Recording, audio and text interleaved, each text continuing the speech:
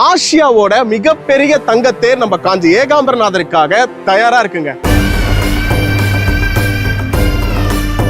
17 வருஷத்துக்கு அப்புறம் நம்ம காஞ்சி ஏகாம்பரநாதர் திருக்கோவில வருகின்ற டிசம்பர் 8ஆம் தேதி மகா கும்பாபிஷேக விழா நடக்க போகுது. சோ அதுக்காக தான் நம்ம தங்கத்தேர் தயார்படுத்தியிருக்காங்க.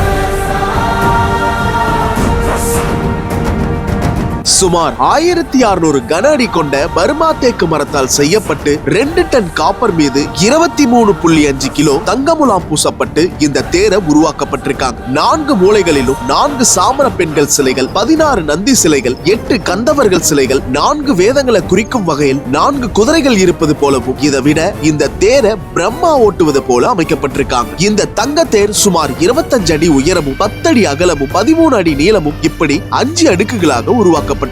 இந்த தேரோட வெள்ளோட்டம் இன்று மாலை 3 மணிக்கு காஞ்சி ஓரியில் இருக்கக்கூடிய மகா பெரியவர் மணிமண்டபத்திலிருந்து தொடங்குதுங்க. இந்த வெள்ளோட்டத்தை காஞ்சி சங்கரமணத்துடைய சங்கராச்சாரியார்கள் தேர் வடம் பிடித்து வெள்ளோட்டத்தை தொடங்கி வைப்பதாக சொல்லப்படுதுங்க. இந்த மாதிரி இன்ட்ரெஸ்டிங்கான கோவில் வரலாறுகளை பத்தி தெரிஞ்சுக்கணும்னு நினைச்சீங்கன்னா நம்ம பேஜை ஃபாலோ பண்ணிக்கோங்க.